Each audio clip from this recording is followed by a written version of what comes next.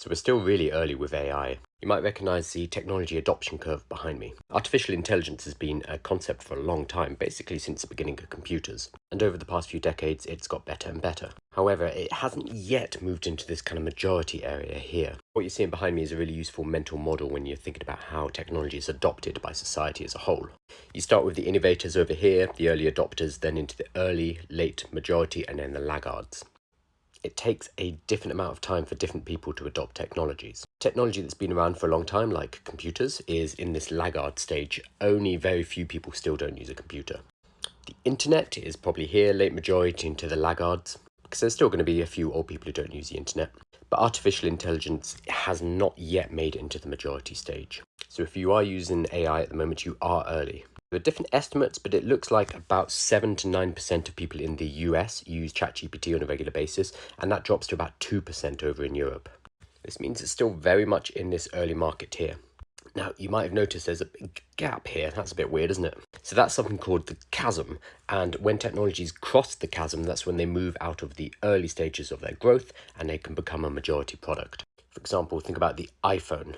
There were smartphones before the iPhone, but it was the iPhone that really crossed the chasm and brought it to the mass major markets. Generally, the first product to cross over is called a beachhead product. That's borrowing a metaphor from the military where if you are landing your army on a beach, you need to secure a beachhead first and then push onto the mainland. So what is AI's beachhead product? Arguably, ChatGPT could be the beachhead product that has helped AI to cross the chasm. It's being adopted really fast, faster than any technology before.